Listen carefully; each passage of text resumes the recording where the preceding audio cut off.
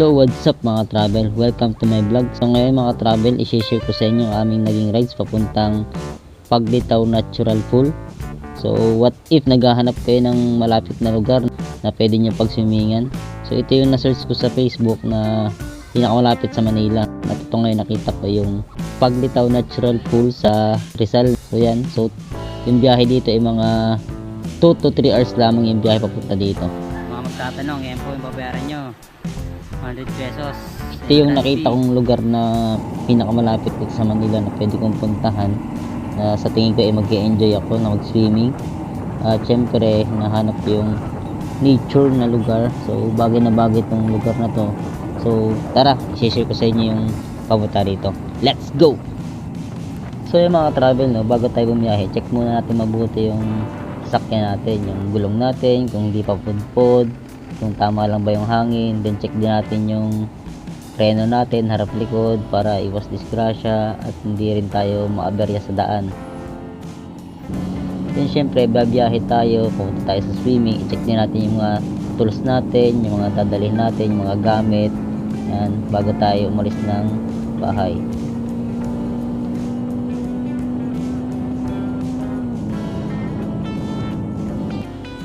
So dito, ito yung dinaanan namin. Dito yung kalsada na magliliko ka dito pag pupunta ka na ng Paglitaw. Medyo lumampas kami dyan, doon sa may signage ng Daranac Falls. Dapat doon, lumigo na kami doon eh. Kaso lumampas ako, hindi ko kasi napansin. Hindi ko kasi napansin eh, nag-enjoy kasi ako sa kalsada eh. Napansin ko sa mapa, oh, mali na yung daan. Kaya dyan, iikot ako dyan. Puntahan namin yung yung liliguan namin na may signage na Daranac Falls. So dito, yan, dito sa may kantong yan, may makikita kayong signage na Daranac Falls. Diyan kayo liliko, pasok kayo dyan, tapos dire-diretso, tapos may liliko ulit kayo doon. May mga nakalagay naman na signage kung saan kayo liliko. May nakasulat doon na this way to Paglitaw. May kakananan pa kayo dyan eh, pagpasok niya dyan sa may signage ng Daranac Falls eh. Ito yung dadaanan nyo, nature na nature yung dadaan niya dito. Maraming puno, yan, mapuno sa dadaanan nyo. Mga ka-travel, pag nandito na kasi lugar na to, di naman kayo maliligaw dito kasi may mga signage naman nakalagay sa may mga daan. Tapos may mga makakasabay na rin kayo, may mga tindahan kayo dito madadaanan, pwede nyo pagtanungan yun kung saan yung Paglitaw Pool. Yan, may makikita kayo mga nakakasabay namin dyan. Yan, doon yung punta ng mga yan, nakasabay lang namin sa daan. Yung daan dito, yung mga sinisimento ng daan. Yan, bago pa lang gawa yung kalsada dito. So sarap road pa lang kayo dadaan dito. Inaayos yung mga kalsada dito na pumunta kami. Sinisimento na nila. So siguro pagtagal-tagal, simento na lahat yung dadaanan nyo dito. Kasi ito, may nadaanan kayo dito ng tulay. Yan yung tulay na yan. Ang ganda ng tulay na yan. Pwede kayo mag picture dito. Pwede kayo minto saglit tapos mag picture kayo. So kung may dala lang siguro akong drone, baka nagpalipad ako dito ng drone. Ang ganda kasi ng view dun sa baba. Makikita mo kung pumunta ka dito, makikita mo yung view dun. Ang ganda. Kasi ito yung madadaanan nyo, maraming puno. So hindi mainit. Maganda yung biyahe papunta dito. Kahit rough road yung daan, yan, mapuno naman. So sariwang hangin yung malanghap mo dito. Huwag kayong papatakbo ng mabilis kasi maalikabok, kasi nga rough road yung daan. Yan, hanggang dito mapuno, di ba? Yan, yung makikita nyo, lilim na lilim yung dadaanan nyo dito. Dito nga lang na mga travel, no, wala kayong gasinong bahayan na makikita. Magkakalayo yung mga bahay dito. Hindi lang siguro maganda dito bumiyahe kapag gabi kasi walang ilaw, walang mga poste. Kaya madilim dito sigurado pag sapit ng gabi. May mga madadaanan kayo dito, mga iba pang resort. Yan. May mga resort pa kasi na pwede nyo puntahan dito eh. Yan, yung mga resort na yan. So susunod pupuntahan natin yan, titignan natin kung ano meron dyan sa mga resort na yan. So yan, sa ngayon dadaan lang muna tayo dyan. So, doon muna tayo sa target natin na lugar. Babalik tayo dito pag may free time na ulit tayo. Sa mga gustong sumama sa akin, pwede naman kayo sumama sa akin. Comment lang kayo dito sa video, tapos kung pwede ako at kung may rides ako, pwede ko kayong sabihan para makasama kayo sa akin. Basta hindi lang ako nagbabiyahe ng weekend kasi pag weekend kasi may pasok ako. Weekdays kadalasan yung biyahe ko. Kaya pwede kayong sumama sa akin. Kung gusto niyo lang naman. Kung gusto niyo mag-travel, libre lang naman. Basta may sarili kayo sasakyan. Ito kasi isa sa mga gusto kong gawin talaga. Yung mag-travel, mamasyal sa mga magandang lugar. Baka napunta sa mga ganito, sa mga fresh air, kadalasan.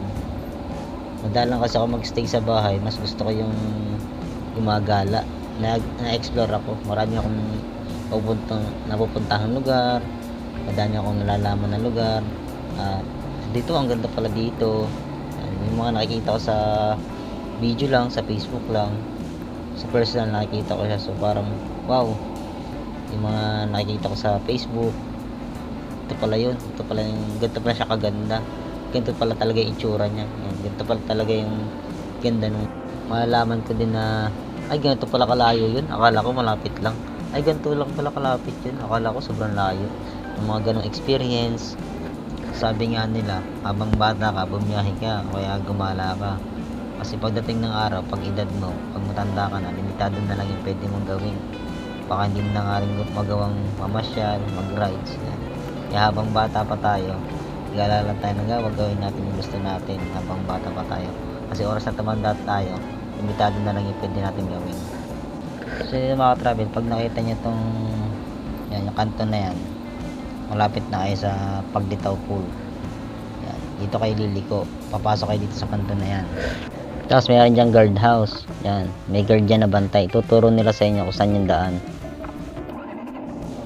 Yan dito, yung daan kasi dito ginagawa pa. So may mga tambak na graba yan. Kaya dahan-dahan lang kayo dito kasi baka ma-slide kayo. Mamasemplang pa kayo dito. Kaya dahan-dahan lang kayo dito kasi maraming graba. Magraba yung daan dito. Kaya yan dito, may slide yung gulong ko dyan sa likod. Kaya dahan-dahan lang ako. Dire-diretso lang kasi pag pumreno ka, mag-i-slide yung gulong mo. Mag-i-slide yung gulong mo sa likod. Dire-diretso lang kayo dyan.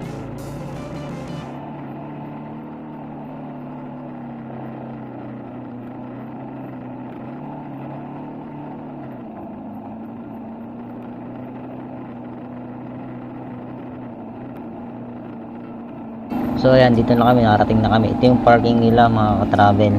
Walang bayad yung parking dito. So kahit saan ka dito mag-park pwede. Pero syempre dun tayo sa mga motor para sama-sama yung mga motor, no. Basta dito mga ka-travel, walang bayad yung parking dito. Libre-libre yung parking dito, napakalawak ng parking.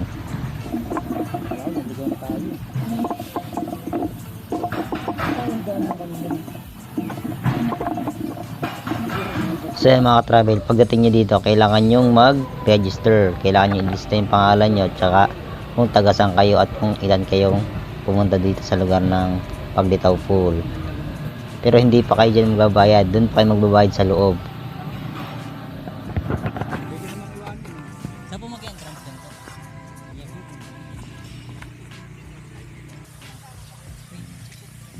Akala niya magsama tayo. Dyan, hello guys. Ganda na dito, parking. Daming parking, lawak ng parking, oh. Renovate pa siya.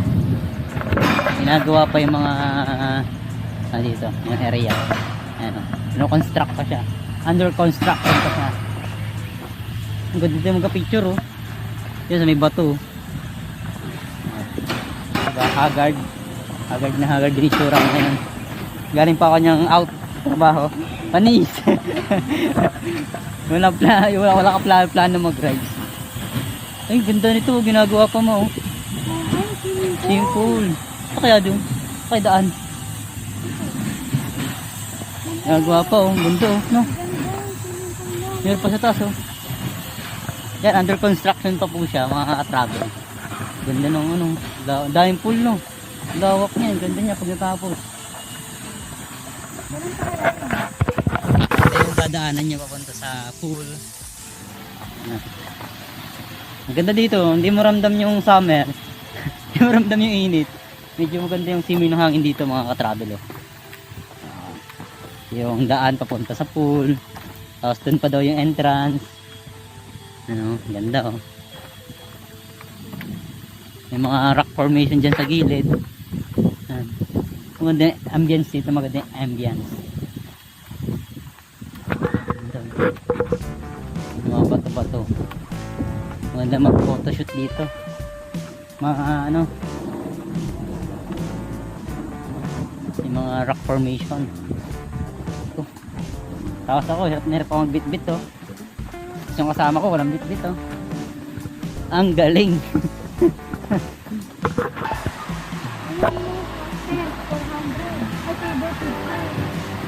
Hindi na. Tent na lang. Gusto mo. Tent na lang tayo. And for hire, 400 oh.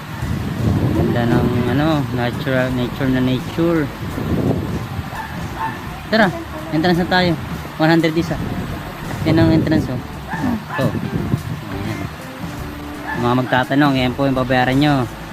100 pesos entrance fee. Tapos 800 sa cottage to 1.8. Tables 300 to 400. Tent for hire 400. Ayan. Pwede naman yata kahit Tagedli na lang tayo, no? Tagedli na lang. So yan mga travel, nakapasok na kami sa loob, nakapagbayad na kami ng entrance. Hindi kami kumuha ng cottage tsaka ng tent, hindi kami tsaka ng table, hindi kami nagbayad ng cottage tsaka tent. Kasi pwede daw naman nasa gedli-gedli na lang. Sa gilid-gilid na lang kaming pumesto at maglagay ng mga gamit. Kasi dadalwa lang naman kami, so kahit di na daw kami kumuha ng cottage o kaya ng table. Basta pumesto na lang kami kung saan namin gusto dito sa gilid-gilid. So yan, naghahanap kami ngayon dyan ng pwede naming pwestuhan na paglagyan ng gamit namin. Kung makikita nyo yung pool, no, asul na asul yung ilalim ng pool. Kung totoo lang, sinimento na kasi nila yung ilalim niyan. Simento na yung ilalim ng swimming pool. Tapos kinulayan nila ng kulay blue yung ilalim para mas magandang tignan.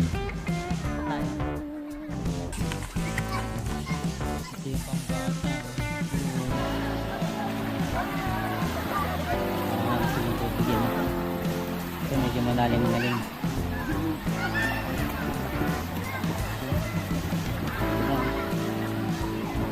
Malinis talaga yung tubig dito mga ka-travel kasi natural yung tubig dito, galing yata sa bukal. So mga gaya dun sa may kondok yung tubig dito. So parang bukal siya na yan, na biglang lumitaw, kaya paglitaw siyang tawag dito. Ang daming pool dito na pwede mong pagswimingan. Ito Yan, talaga yung kaya pool dati. pag matao dun sa kabila, pwede ka lumipat dun sa kabila. Yan. So malawak din yung area dito. Tsaka ang sarap ng ano pakiramdam mo dito kasi nga mapuno, hindi mainit. Kaso nga lang, ang lamig ng tubig. Nung naligo na kami, ang lamig talaga ng tubig dito. Para siyang nilagyan ng yelo.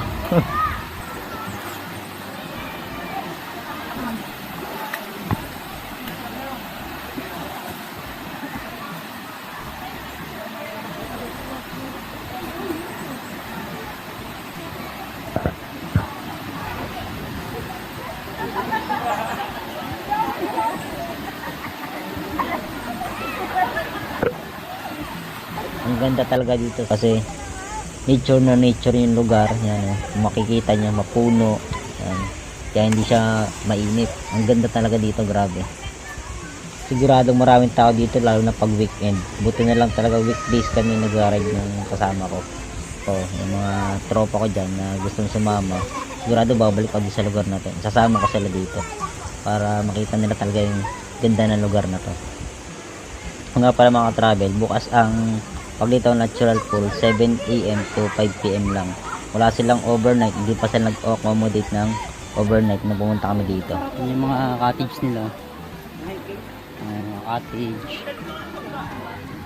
Then isa pa paalala, wala nga po palang signal yung mga mobile phones dito. Walang signal. Nung pumunta kami dito walang signal talaga. Mga pala mga travel, may tindahan nga pala dito. So kahit wala kayong baon na pagkain, may tindahan dito, pwede kayo magpaluto dyan. Dyan ng mga tapsilog, long silog, mga ganun, mga silog-silog meron dyan. Tsaka mga ka-travel, mainis yung CR nila. So yung banlawan nila maganda. Maganda yung banlawan nila. Marami kayong pwedeng pagbanlawan. So hindi nyo kailangan pumila. Pero na lang kung sobrang daming tao talaga. So yung mga travel, tapos na kaming maligo dyan at tapos na rin kaming magbanlaw. So alis na kami, pauwi na kami sa mga oras na yan. So nag-enjoy kami talaga sobra sa lugar na to. Napakaganda ng Paglitaw Natural Pool. Talagang mag-i-enjoy ka sa lugar na to. So yan mga travel, sana nagustuhan nyo yung nagawa kong video. Sana nagustuhan nyo napuntahan natin na lugar ngayon. So hanggang dito na lang muna yung video ko mga travel. Kita-kits na lang tayo susunod na ride. Saka sana huwag nyo kalimutan na mag-like and subscribe sa aking YouTube channel. Maraming salamat po mga travel. So hanggang dito na lang po muna. So kita-kits po ulit tayo sa susunod na ride. Bye bye po muna. See you next ride. Bye bye.